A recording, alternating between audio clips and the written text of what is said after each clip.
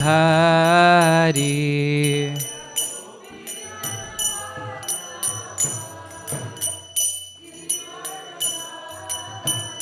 Jaya Gopi Jana Vallabha Girivaradhari.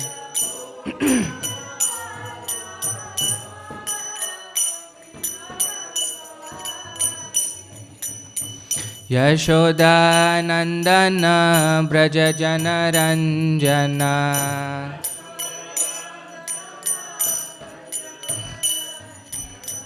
Yashoda Nandana Braja Jana Ranjana.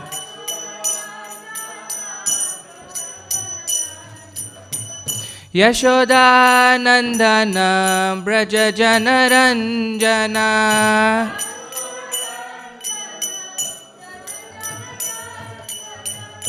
Yamuna Tira Vanachari.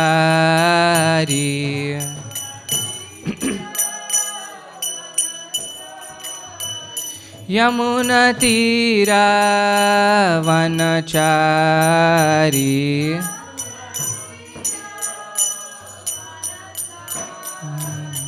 Jaya Radha Madhava Kunja Bihari.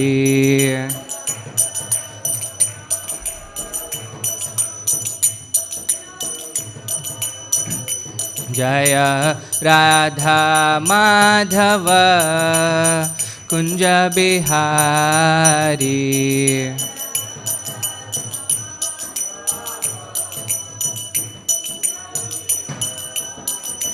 Jaya Gopi Jana Vallabha Girivaradhari.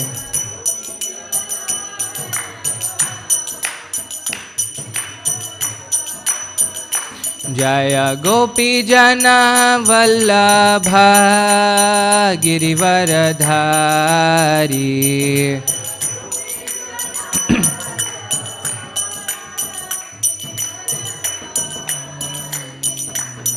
Yashoda Nandana Braja Jana Ranjana.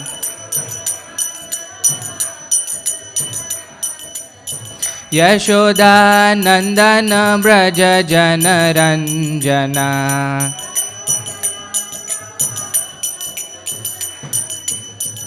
Yashoda Nandana Braja Jana Ranjana.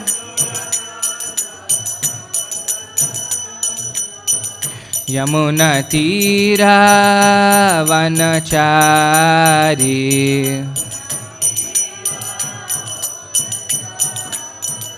Yamuna Tira Vanachari.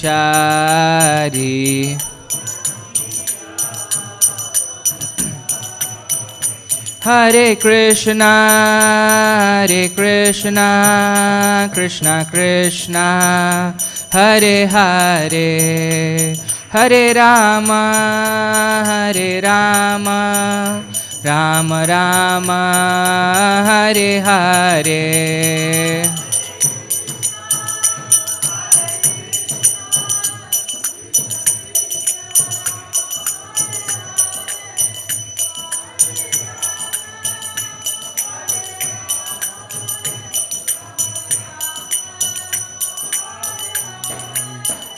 Hare Krishna, Hare Krishna, Krishna Krishna, Hare Hare, Hare Rama, Hare Rama, Rama Rama, Hare Hare.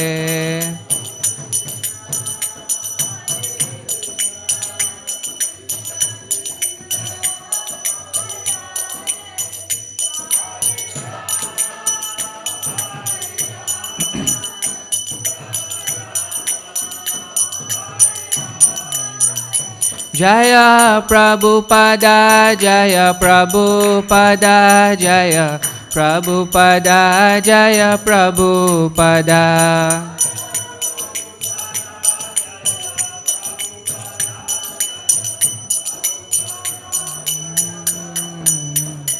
Jaya Jaya Prabhupada, Prabhupada, Prabhupada, Jaya Jaya Prabhupada.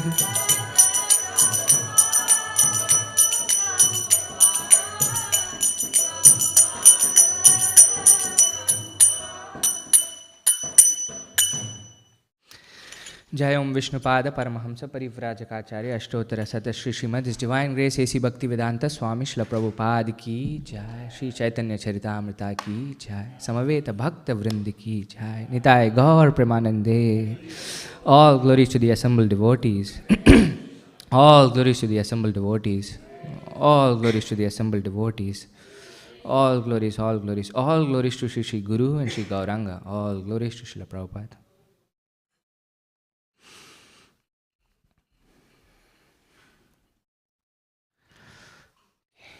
Let's see.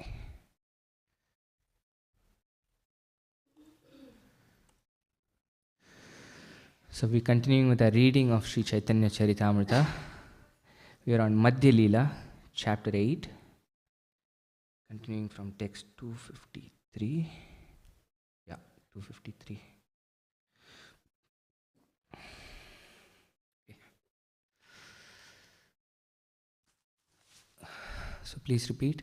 Om Namo Bhagavate Vasudevaya.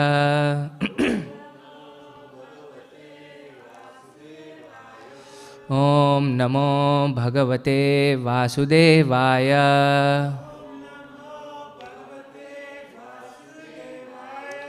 Om Namo Bhagavate Vasudevaya. Jaya Jaya Shri Chaitanya Jaya Nityananda. Jaya Dvaita Chandra Jaya Gaura Bhakta Vrinda. Jaya Jaya Shri Chaitanya Jaya Nityananda. Jaya Dvaita Chandra Jaya Gaura Bhakta Vrinda. Jaya Jaya Shri Chaitanya Jaya Nityananda. Jaya Dvaita Chandra Jaya Gaura Bhakta Vrinda.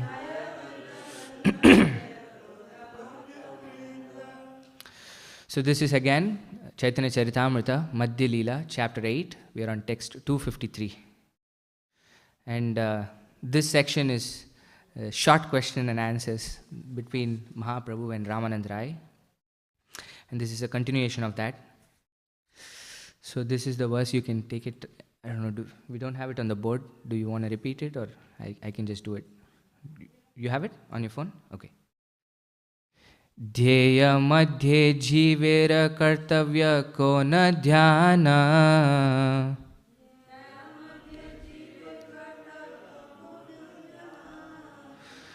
Radha Krishna padhambuja dhyana pradhana.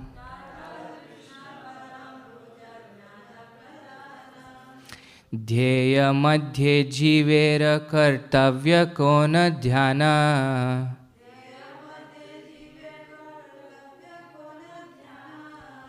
Radha Krishna padhambuja dhyana pradhana.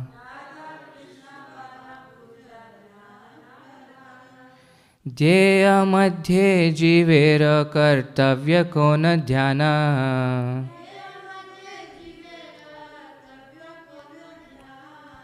Radha Krishna padhambuja dhyana pradhana.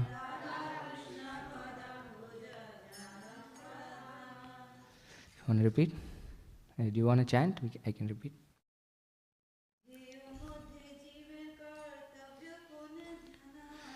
Dheya madhye jivera kartavya kona dhyana. Radha Krishna padhambuja dhyana pradhana.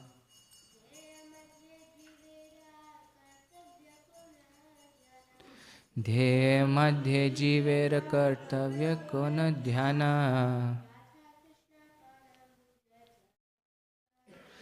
Radha Krishna Padambuja Dhyana Pradhana. Translation and purport by His Divine Grace A.C. Bhaktivedanta Swami Srila Prabhupada. Srila Prabhupada ki jai. This is the word for word. Dhyeya Madhye. Out of all types of meditation. Jivera. Of the living entity. Kartavya. The duty. Kon. What? Dhyana. Meditation. Radha Krishna Pada Ambuja. On the lotus feet of Radha and Krishna. Dhyana. Meditation. Pradhana is the chief. Translation. Sri Chaitanya Mahaprabhu further inquired, out of many types of meditation which is required for all living entities? And this is the question. Out of many types of meditation, which is required for all living entities? Purport. Srila Ramananda Rai replied, the chief duty of every living entity is to meditate upon the lotus feet of Radha and Krishna. Srimad Bhagavatam 1-14 states, Tasmadekena manasa bhagavan satvatam pati shrotavya kirtitavyascha dhyeya pujaschya nityadha. Sutta Goswami replied to the sages headed by Shaunaka, everyone should very attentively listen to the pastimes of the Supreme Personality of Godhead. One should glorify His activities and meditate upon Him regularly.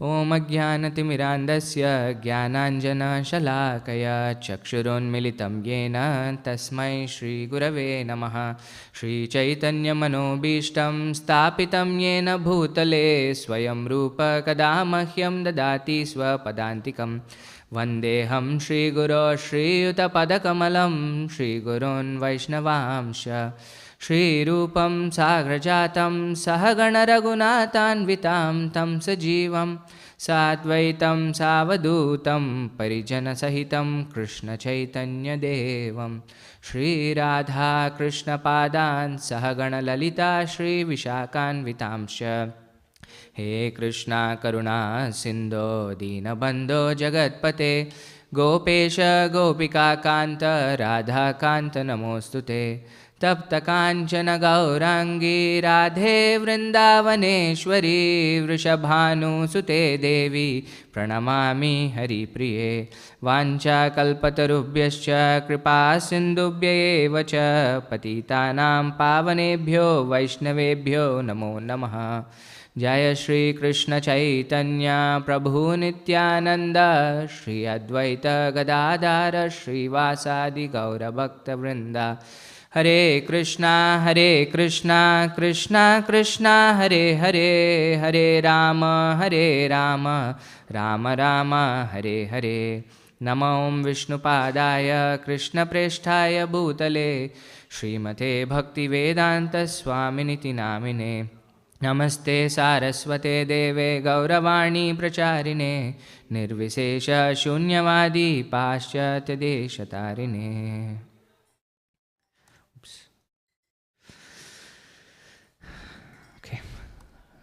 So,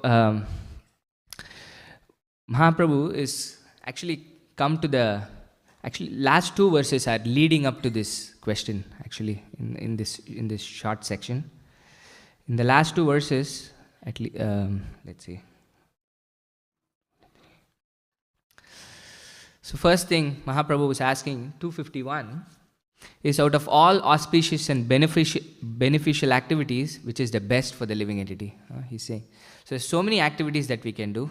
Among all the activities, what is beneficial? So he's basically from a broad field, making it narrower and narrower and narrower, and trying to get to the real essence of what every one of us should do. Does anybody remember what the answer was? No. What is the most auspicious and beneficial activity for all living entities? What was Ramananda Rai's answer? So these are all beneficial, yes? The one before. No, he basically says the only auspicious activity is association of devotees of Krishna. This is the most auspicious and beneficial activity. Everything is there, but we get to it only by the association of devotees, right? Everything that we said, we wouldn't have it without the association of devotees. So he is broadening. So we are doing so many activities, but he says if you don't associate, then all the activities are useless. If you don't associate with the devotees. Then once you associate with the devotees, Mahaprabhu is asking this question, what should all living entities constantly remember? What was the answer? Correct, this is it. Then he says, among the association of the devotees, what we should do actually is remember Krishna's name, form, pastimes and activities. This is, so he's, and how does this happen? The Prabhupada says in the purport of this verse actually. How does this happen? Prabhupada quotes this verse from Srimad Bhagavatam, right? How does remembrance happen? Yes. What do we do in the association of devotees? Yeah, hearing and chanting. Right? This is Tasmat Ekena Manasa Bhagavan Satvatampati. Prabhupada is quoting this verse. Shrotavya Kirtitavyasya. This is how it starts. And then Dhyaya Pujyascha Nityada. So first, before even we get to the point of remembrance, how will we remember if we don't know anything about Krishna? So for us to even remember about Krishna, which was what Mahaprabhu was asking us to do in the previous, at least Ramananda Rai replied. All of this is again, like Ramananda Rai says, is a reflection from Mahaprabhu's mind or heart. Right? This is all what Mahaprabhu wants to say, but he's saying it out of the mouth of Ramananda Rai. So he's saying, you have to remember Krishna. So one of the primary things that we have to do to remember Krishna is to actually hear about Krishna. When we start hearing about Krishna, we naturally want to glorify Krishna. And when these two are perfected is when we can actually really remember Krishna. This remembrance. And Mahaprabhu goes one step further in this verse, from remembrance to what? What is the question that Mahaprabhu asked? Yeah. Meditation, right? So what's the difference between remembrance and meditation? More deeper? How is it deeper? What does deeper mean? Taken within the core of the heart, okay.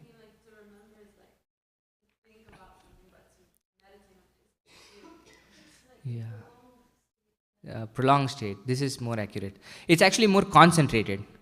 Initially we're remembering, right? We're reading about Krishna. Oh, Krishna was born in the prison cell, son of Devaki and Vasudeva. And then he was transported to Gokul. We heard all of this for Janmashtami. These are remembrances, which is really good. When we think about Krishna, we think about different things. But when we start meditating on it, it becomes really concentrated.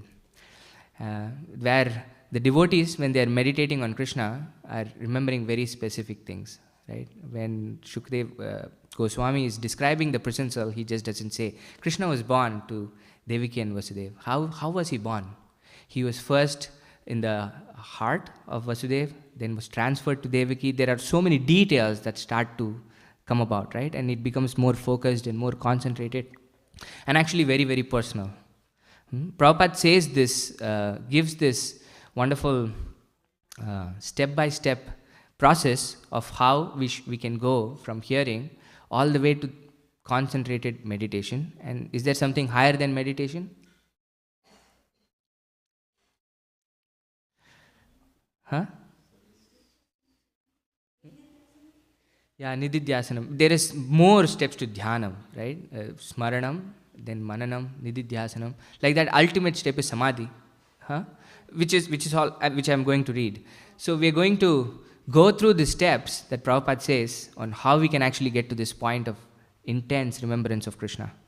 Actually to the point where we are constantly in Samadhi. Samadhi means we don't care about anything else. The only thought that we have is about Krishna and his names, forms, pastimes and activities. So this is the Nectar of Instruction, text 8. You know what is the speciality of text 8 of the Nectar of Instruction is? Nectar of Instruction itself is special, right? We have so many instructions that we have. in the scriptures. And then Rupa Goswami mines all those instructions and picks 11 instructions among thousands of instructions that we might have, and says, this is the nectar of all instructions. You know what is so special about the 8th verse? You can see it. It's in vedabase.io.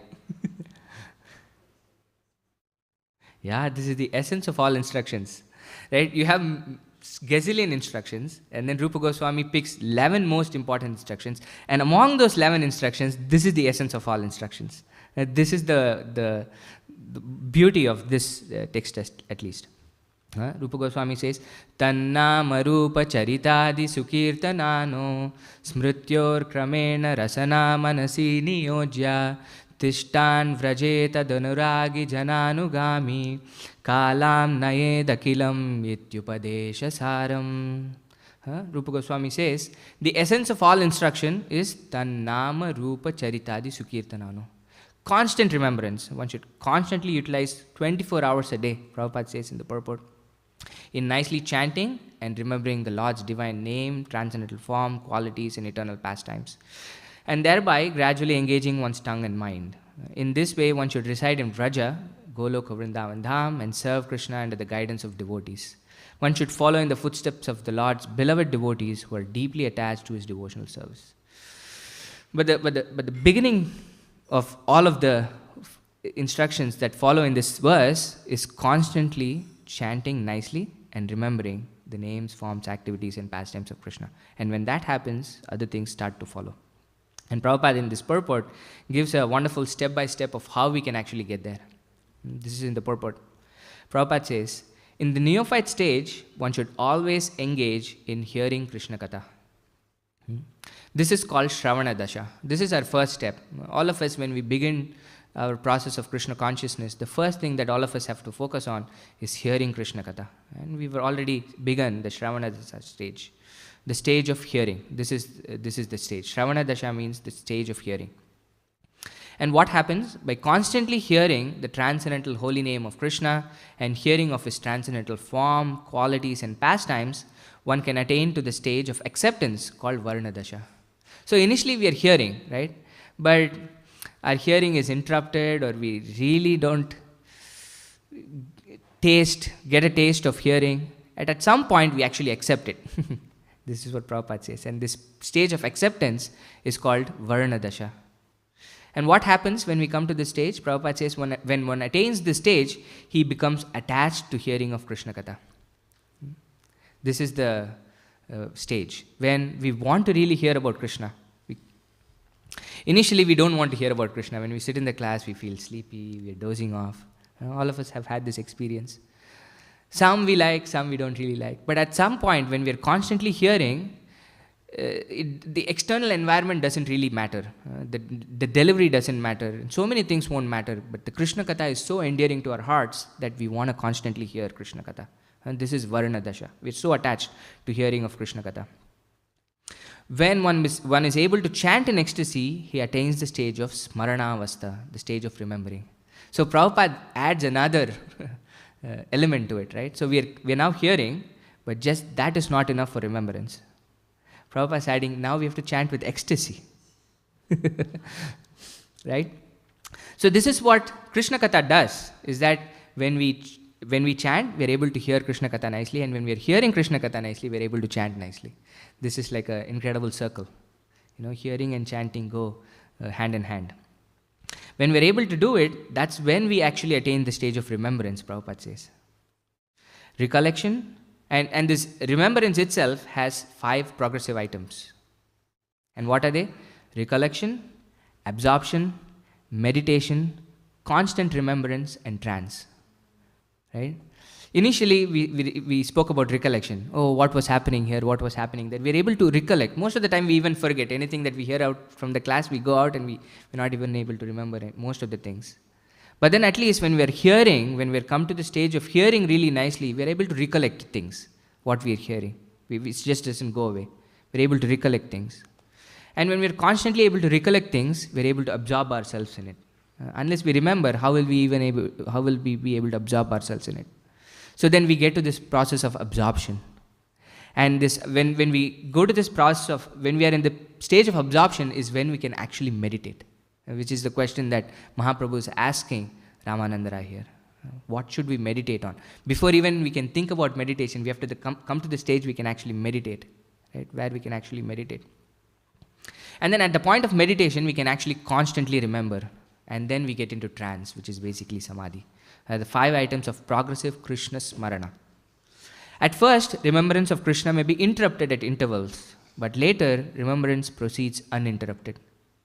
When remembrance is uninterrupted, it becomes concentrated and is called meditation. So this is Prabhupada's definition of what is meditation, right? When remembrance is uninterrupted, it becomes concentrated. And that concentrated remembrance, which is uninterrupted, is called meditation. Oh, I lost it. Okay. When meditation expands and becomes constant, it is called anusmriti. So initially we are able to meditate for 5 minutes or 10 minutes or 10, it slowly starts expanding, right?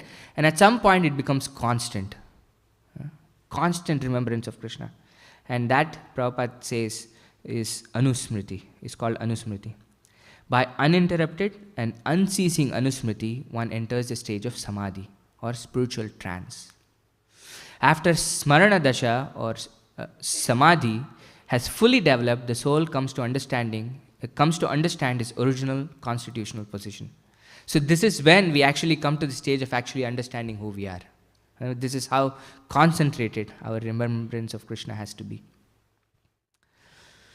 At that time, he can perfectly and clearly understand his eternal relationship with Krishna. This is called Sampatti Dasha, the perfection of life. So this is the step-by-step process of how we can actually come to the point of samadhi. It starts from hearing Krishna Katha. Initially, we don't have attachment to hearing Krishna Katha. And when we constantly keep hearing, Hridayantasto hyabhadrani vidnoti suhritam. All that is unwanted in the heart starts going away. And then Krishna is irrevocably planted in our heart. Irrevocable. Be careful what you're getting into.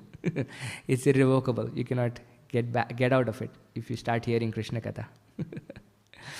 So then when you constantly keep hearing it, then we get attached to it, and then we can actually start remembering Krishna. And then there are 5 stages Prabhupada describes, and it gets concentrated and constant and uninterrupted, and we get to the stage of samadhi, where we are completely Krishna conscious. And this is it, right? We are constantly conscious of Krishna. But what is Mahaprabhu, or what is Ramananda Rai's reply? Yes, we should meditate. And Mahaprabhu is saying there are so many things you can meditate on in this world, right? This is his question. And our natural state is we meditate on so many things. Do we or do we not? Right? We constantly meditate on so many different things in this world. And most of those meditation, or 99.99% of those meditations, don't really help us. And this is Krishna saying in the Gita. Does anybody remember this verse? About the things that we meditate on.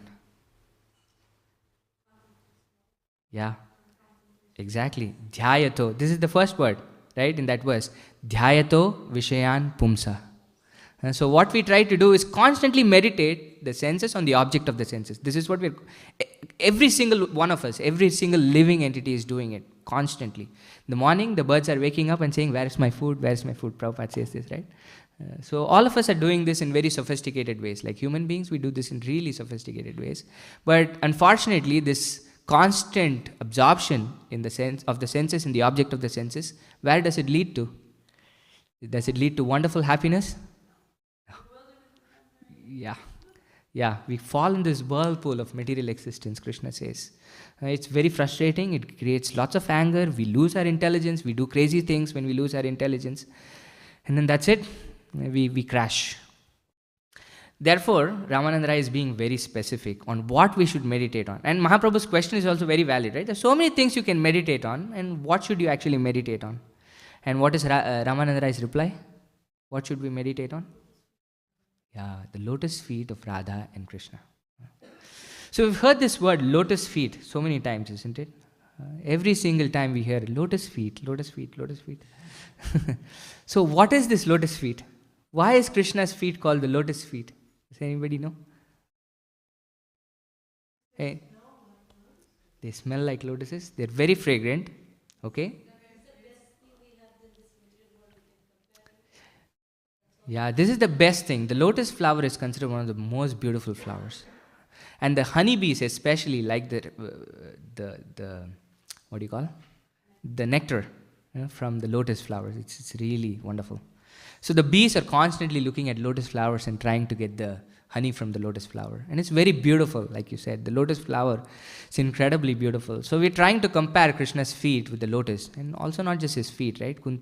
Mother Kunti says, Nama Pankaja Nabhaya. His navel is like a lotus. Nama Pankaja Maline, he has a lotus garland. Nama Pankaja Netra, his eyes are lotus-like. And Nama Pankaja Angre, his feet is also lotus-like. So everything about Krishna is so beautiful. And the only thing that we have in this material world to compare, that is of some beauty that is not even, that is something relatable to us. It's uncomparable, Krishna's. Venum Kwanantam Aravinda Dalaya Daksham. Again we sing every day in the morning. Aravinda Dalaya Daksham. Again lotus-like eyes, right? And it's incredibly beautiful as millions of cupids. This is something that we can say. But it's much, much more beautiful, Krishna's beauty. So this is the lotus feet of Krishna. And why should we meditate on Krishna's lotus feet? What happens as a result of meditating on Krishna's lotus feet? We get protection. What else? Ultimately, we get love. Any other?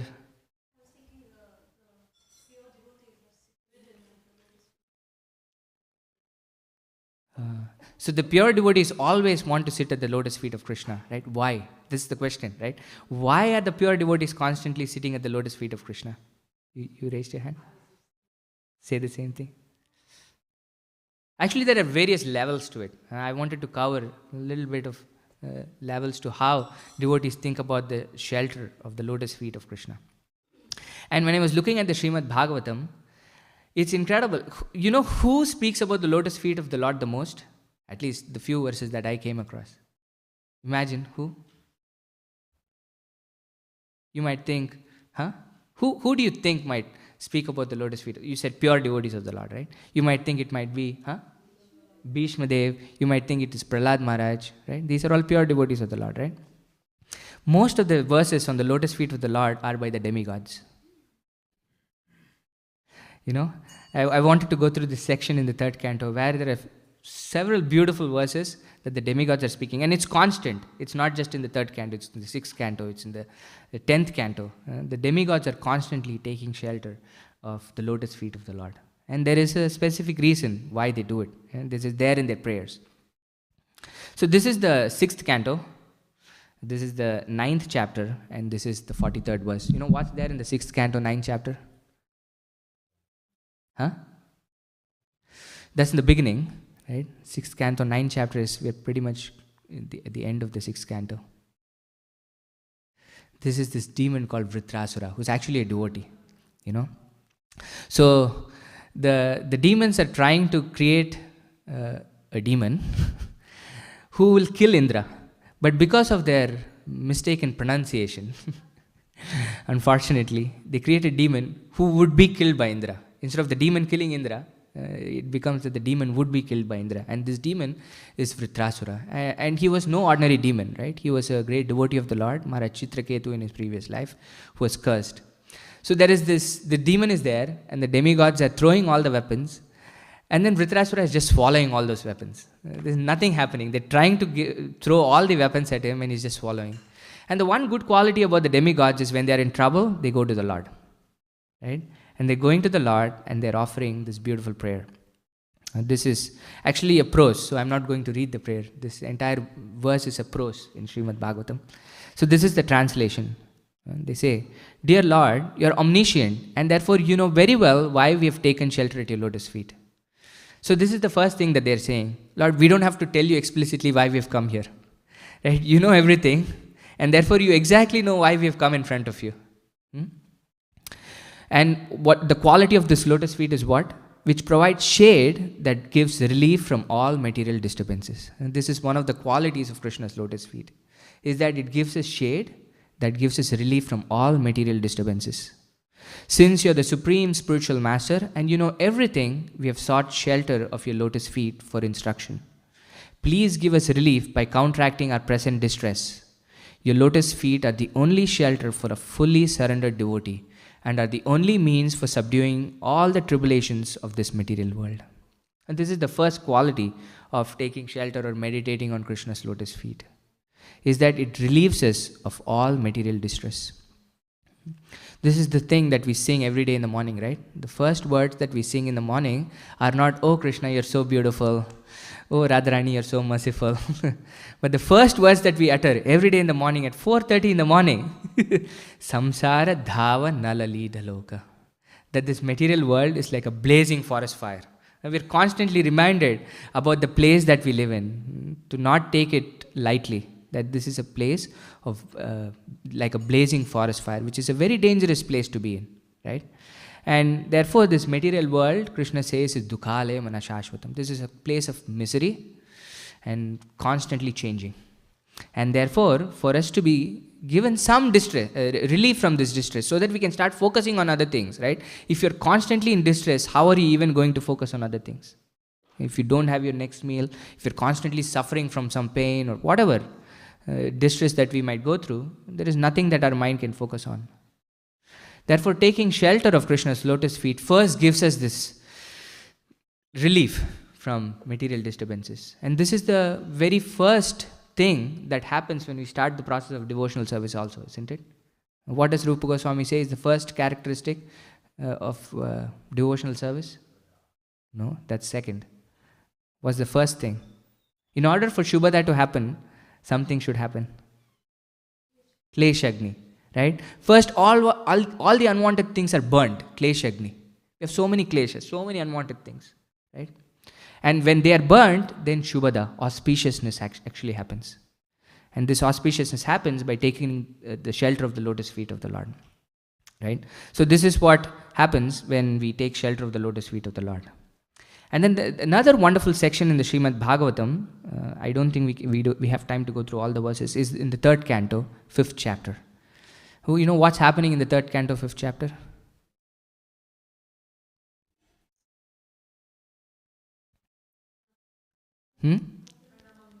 No, that's much later. That's much later. Second half of the 3rd canto. 3rd canto is when actually Vidura and Maitreya meet, right? And the conversation actually begins. Vidura is asking these questions about, can you please tell me about the pastimes of Krishna? Because he's already asked this to whom? He's met another personality before in the 3rd canto. No, good guess, but that's a good guess, but no. Yeah, Uddhava. He's met Uddhava, right? Krishna has left the world and Uddhava is in incredible distress. He's emotionally completely unstable, and his remembrance of Krishna tells us in the 3rd canto, 3rd chapter, I think. And then he says, Vidura approaches Uddhava and says, can you please tell me about Krishna? And he says, I can't do this now. You know, I'm just not in a position to do this. And I'm younger than you also. It's not appropriate. But Maitreya also heard the exact same thing I heard. This is Uddhava Gita, right? When Krishna was telling the Uddhava Gita to Uddhava, Maitreya was also hearing. So he said, you can please go and ask Maitreya. So therefore, Vidura goes to Maitreya and asks. And he begins by narrating how creation happens in the 5th chapter. How the material energy is there, Krishna is seeing the material energy and impregnates the material energy, and different elements are being created. And if different elements have one demigod who is the chief of each element, and then these are the prayers offered by the demigods once they're created by Krishna. So this is 3rd canto, 5th chapter, text 40. This is where it starts. 40 through 45. These 6 verses are beautiful prayers, but probably we can go through the first 2 or something. Dhataryadhyasmin bhavaisha jivastapatrayena bihita nashrama atman labante bhagavam stavangri chayam savidhyam mata ashrayema. Translation: O Father, O Lord, O Personality of Godhead, the living entities in the material world can never have any happiness because they are overwhelmed by the 3 kinds of miseries. Therefore, they take shelter of the shade of your lotus feet, which are full of knowledge, and we also thus take shelter of them. Again, they add another extra thing, right? So we get relief from miseries Because Krishna's lotus feet has another aspect that's been added from what we spoke in the previous verse. Did you recognize what it was? I think I read the translation a little fast. But full of knowledge. This is another aspect of Krishna's lotus feet, is that by meditating on Krishna's lotus feet, how does our miseries go away? It's not like a magic wand, right? Krishna doesn't say, okay, everything is gone. We actually start getting knowledge within our hearts on who we are, what is our relationship to Krishna, what is this material world. And through this knowledge, our miseries start slowly fading away. And therefore, the demigods are also saying, the living entities take shelter for this, and we also take shelter of you, Krishna, for this precise reason. And the shade of the lotus feet, I was thinking, if Krishna was standing like this, do you have any shade under the lotus feet? Like when you stand, where is the shade? How does the shade get formed, you know? Yeah, you see Kalachanji? One of his feet is like this, but the other feet is not rooted to the ground, right? Look at his other feet. And through that other feet, we get some shade. Isn't it? This is the wonderful nature of Krishna. In most forms, he's completely standing like this. But Prabhupada gave us these wonderful Tribhanga forms of Krishna, where Krishna has this feet little bit up, where we can actually get the shade of Krishna's lotus feet. You know? And then the demigods continue. Marganti yatte mukapadmanidas chandas suparne rishayo vivikte yasyanga marsho dasharitvaraya padam padam tirtha pada prapanna. The lotus feet of the Lord are by themselves the shelter of all places of pilgrimage. This is another aspect of the lotus feet of the Lord. This is themselves the all places of pilgrimage. The great clear-minded sages, carried by the wings of the Vedas, always search after the nest of your lotus-like face. Some of them surrender to your lotus feet at every step by taking shelter of the best of rivers, the Ganges, which can deliver one from all sinful reactions.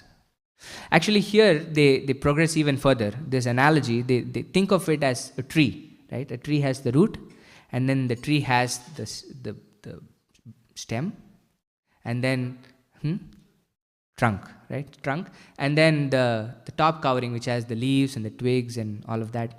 So you can think of the top of the tree as the lotus face of Krishna, and the root of the tree as these lotus feet. And here the demigods are saying, the great clear-minded sages, carried by the wings of your Vedas, always search after the nest of your lotus-like face. There are these exalted devotees of the Lord who are like the birds flying in the sky, right?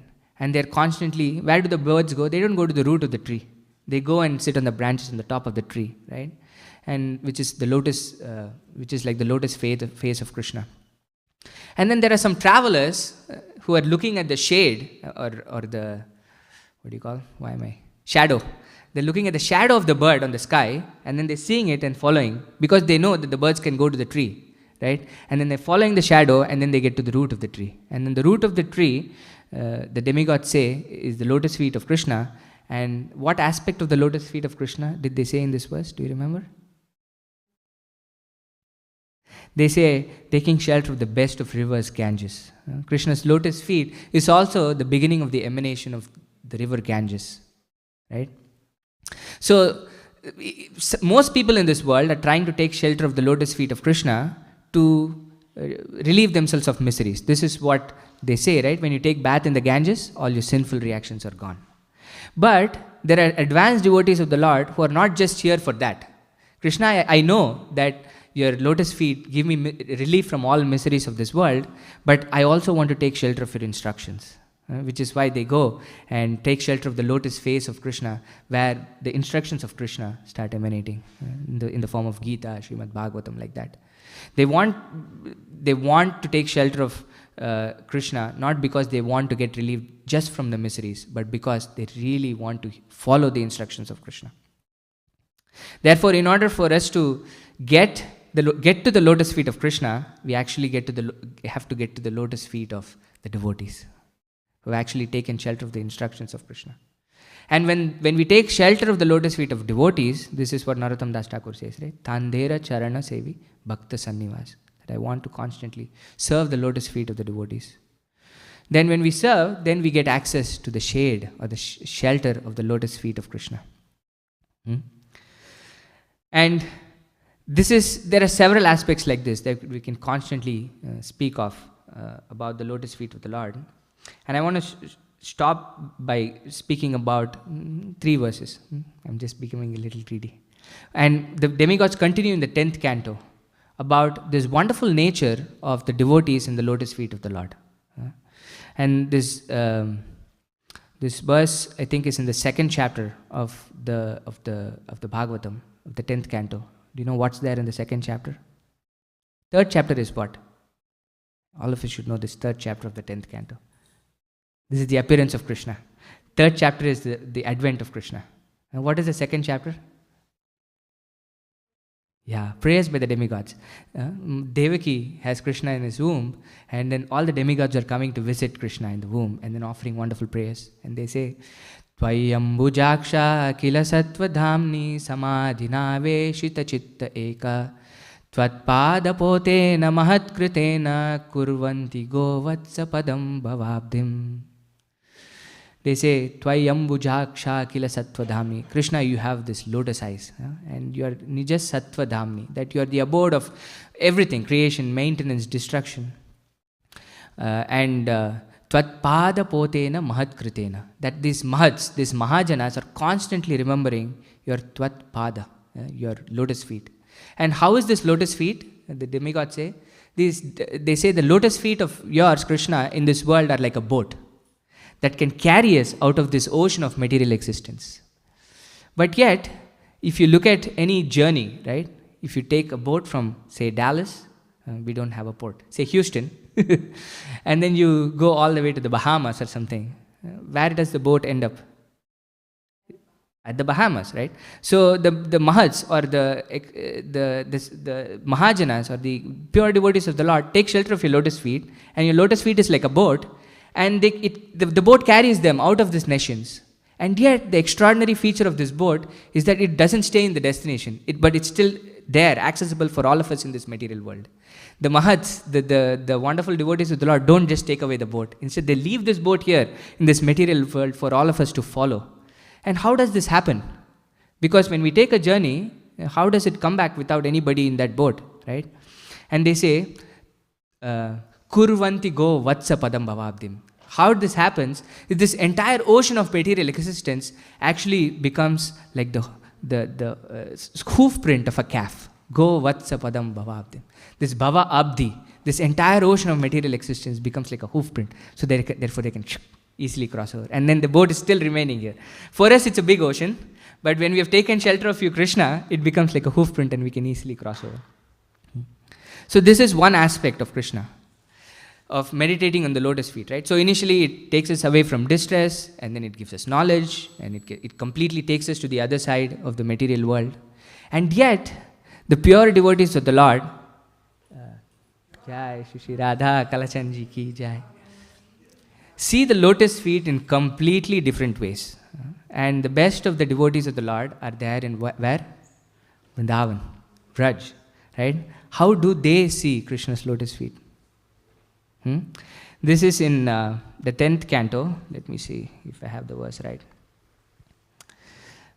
They see Krishna's lotus feet. This is the 10th canto, 31st chapter.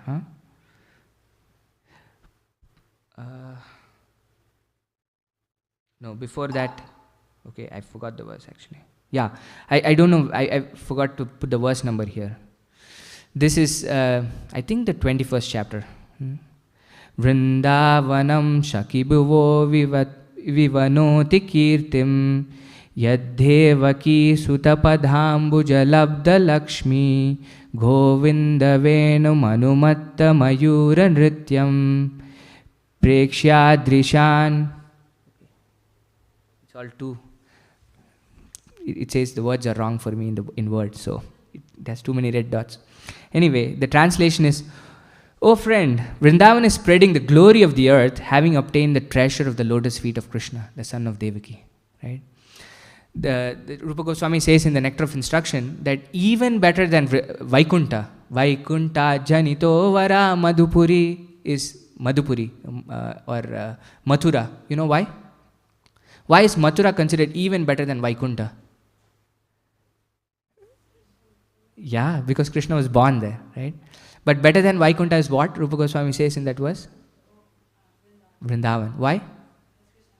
Krishna has his pastimes there. And more important, the gopis say here, is because Vrindavan is incredibly great, is the ornament of the entire universe, the gopis say, is because Krishna has his lotus feet imprinted on the sands of Vrindavan.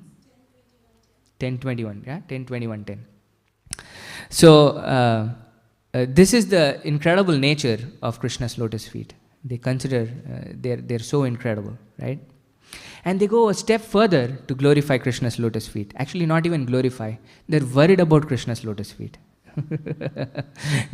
This is the Vrajavasis, right? This is in the Gopi Gita. Actually, there are many verses in the Gopi Gita that talk about the lotus feet of the Lord. But this one I thought was very sweet on how the Vrajavasis actually think about the lotus feet of the Lord, right?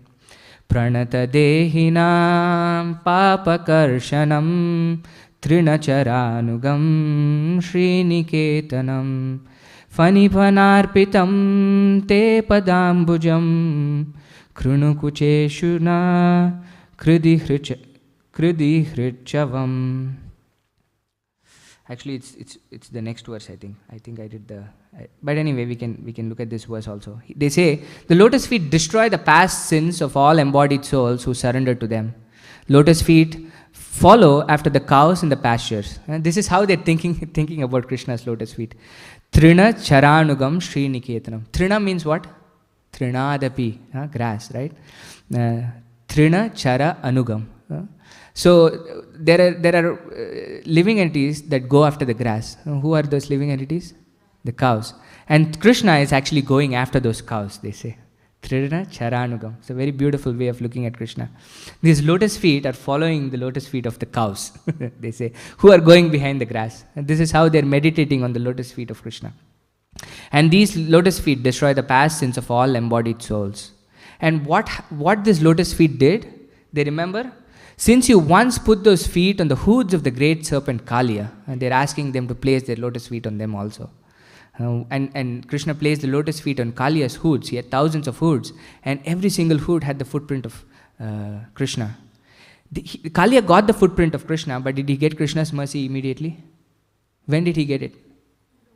Yeah, when the devotees actually came. When the Nagapatnis came, they actually got the mercy of the lotus feet of the Lord. So this again goes to show the shelter that we have to take. And the verse that I really wanted to talk about of the mood of the Vrajavasis, this is 10:31:11. I'll just read the translation. They say, "Dear master, dear lover, when you leave the cowherd village to herd the cows, our minds are disturbed." Why are they disturbed? With thoughts that your feet, more beautiful than a lotus, will be pricked by the spiked husks of grain and the rough grass and plants. This is how the Vrajavasis are actually thinking about the lotus feet of the Lord. Is that the lotus feet of the Lord are so soft, Krishna, when you're going to herd the cows, they might be pricked by the grass.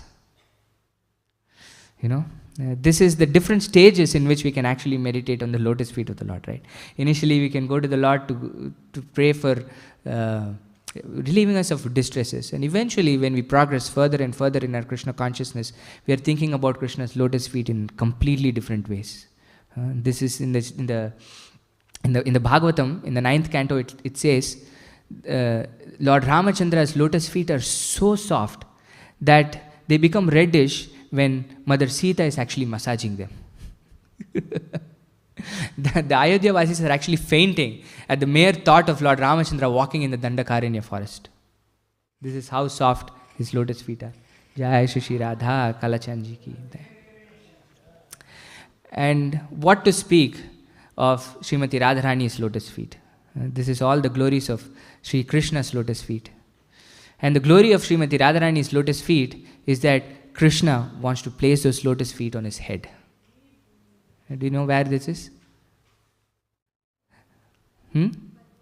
No?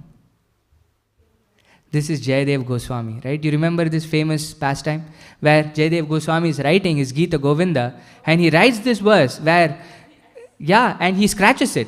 And he says, how can I even imagine this? That Krishna is putting the lotus feet of Radharani in his head. And this is when Radharani is really angry and Krishna is trying to pacify her.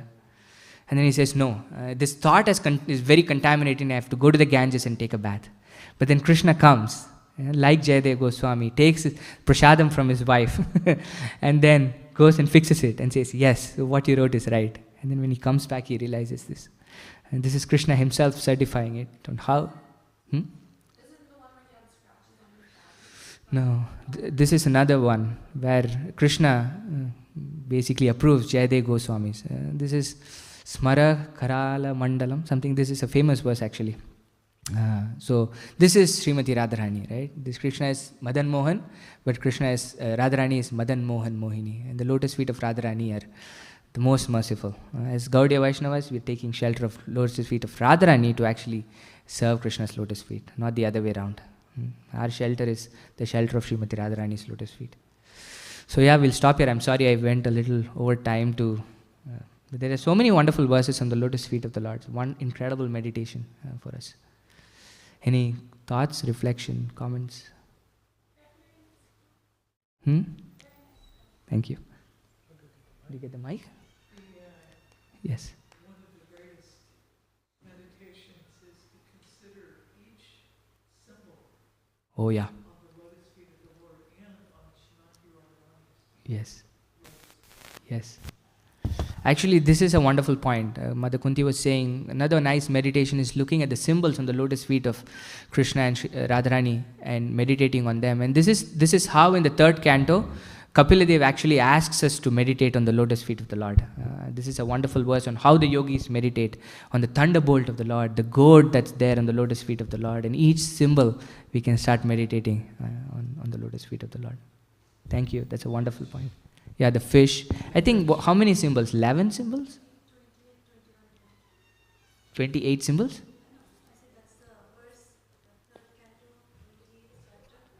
3, 28, 21.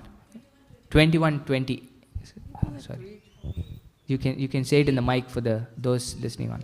Yeah, 3, 28, 21, 22. Yeah. Both verses. And this is our process of taking darshan of Krishna also, right? The verses continue. So we take darshan of Krishna's lotus feet first and move to his thighs and then his abdomen and then like that to his lotus face.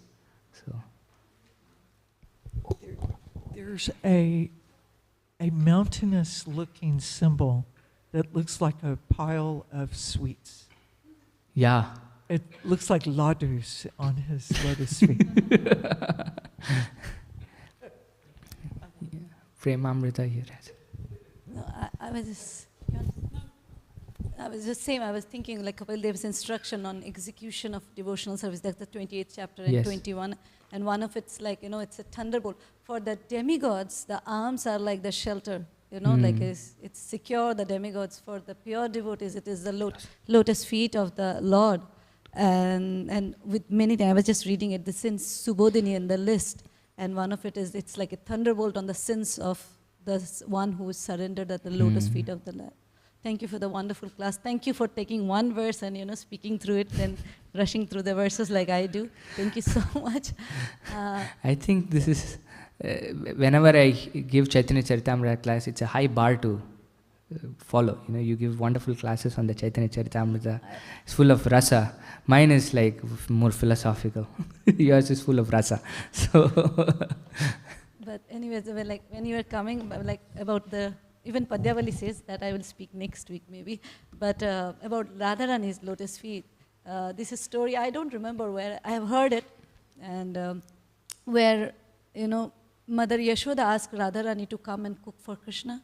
And she goes and her feet, it constantly becomes red because of the prick or whatever, it is so hard. So, and she doesn't, Mother Yashoda doesn't know how to, console the feet, pacify the feet to not get that red and get, hurt. So end of it, the flower petal doesn't work because even that is so hard for her feet. So she puts pollen, even that doesn't work. So that's how soft her feet are. And whenever, when I get see the picture of Radharani's lotus feet, that's what come to my mind. But thank you for bringing that Jayadev Goswami's story too. Thank you so much for the class. Thank you. Yeah, Premamrita and then Gokulananda Prabhu. nahi. It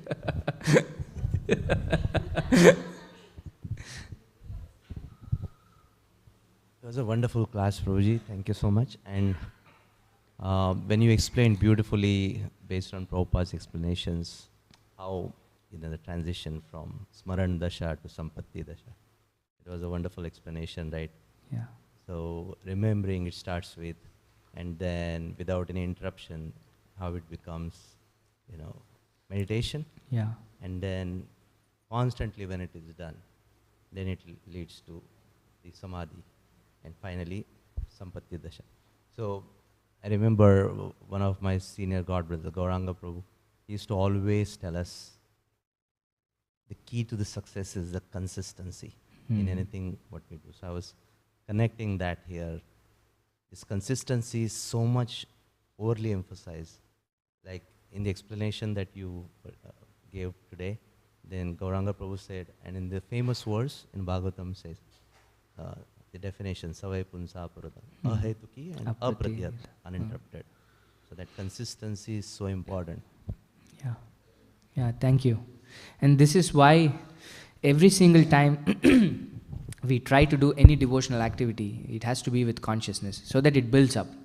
Right? If you're not conscious about the activity of hearing or chanting, it has its effect, but it doesn't become concentrated. Although we are doing consistently, right? We chant our rounds consistently, we try to hear consistently, but it has to also be with focus.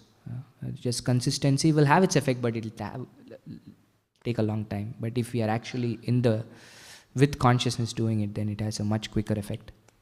Thank you, bro. Yes.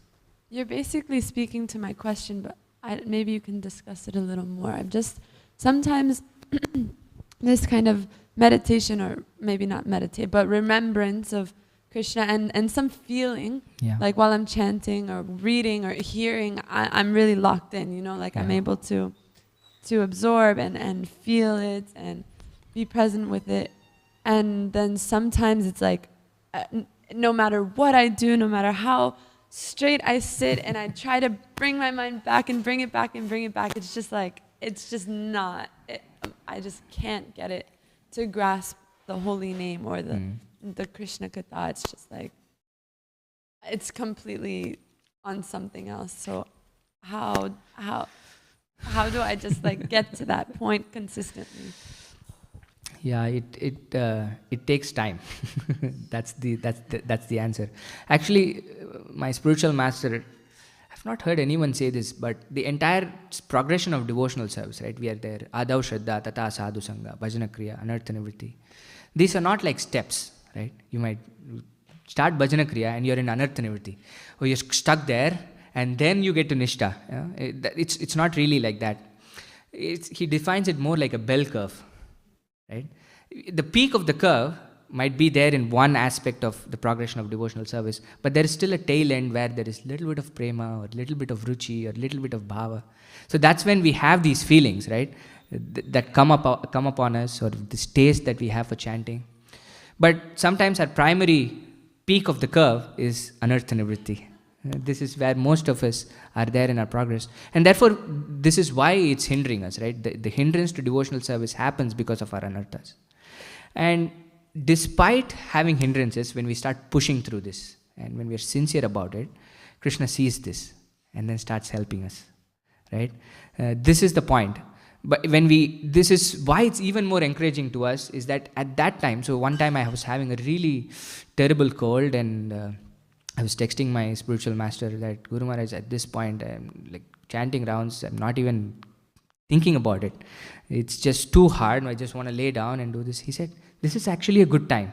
He said, this is actually, you don't get these times very often where you can actually push through this barrier and try to focus on chanting the holy names of the Lord. And then Krishna actually sees these instances where we're really struggling, but trying hard. That's all Krishna says, right? He doesn't see whether it's really perfect or whatever. But in spite of all the hindrances that we have, Krishna is seeing our sincerity in trying, and then says, okay, and now I see your sincerity, and he removes that hindrance for us, right? And there are different things we have to work on, and this is something that over time it happens, right? Initially we just want to give up, like, okay, it's just too much for me, let me put it down and then let me go. And then over time we say, okay, let me try a little further, even during these times where I'm not really able to focus. Try and try and try. And this is by our own independent endeavor. What helps is the couple of verses before. What's more auspicious is the association of devotees. When we're especially in such circumstances where our life gets too much and we're not, there is a phase of our lives when few days or few weeks just too much for us, so we just go take shelter of a devotee and say, can I sit with you and chant? The strength of the other devotees chanting actually pushes us, and we can chant, something like that. No, people online need the mic. I was just thinking, 2019, we had, before COVID, we had this virus, Kirtan 50. And we came from Nebraska. We are in a hotel nearby, Kirtan 50 arranged, and couldn't come for Kirtan 50. It was so bad. Everybody was sick here, including Nityananda Prabhu. It was not COVID, declared COVID. I don't know what it was, okay? I know. All of us had flu I was lying in the beds for a week or so. That was just after Kirtan 50. Yeah, no, during the entire community was sick. It was during Kirtan 50, not just community. Everybody who were here, everybody fell sick. And I was in the bed, like, I was not initiated then, and I didn't know how to chant. I still chanted my 16 round and of all my 16 rounds, that's the 16 rounds I remember that I chanted those times. Because those are the most difficult one. I didn't know, like, I couldn't eat. So it was, I was lying and chanting my 16 round, of course, which is not a great thing to do. But that's what I was thinking as Prabhu was mentioning, of all the 16 rounds, that's the only 16 round I remember that I've chanted. So. Thank you, Prabhu. Thank you. Okay, we are about time, more than time now. So we should stop here. Okay. Thank you all for your attention. Shri Chaitanya Charitamrita ki jai, Srila Prabhupada ki jai, Vancha kalpatrubhyascha, Kripa sindhubhya evacha, Patitanam pavanebhyo, Vaishnavebhyo namo namaha.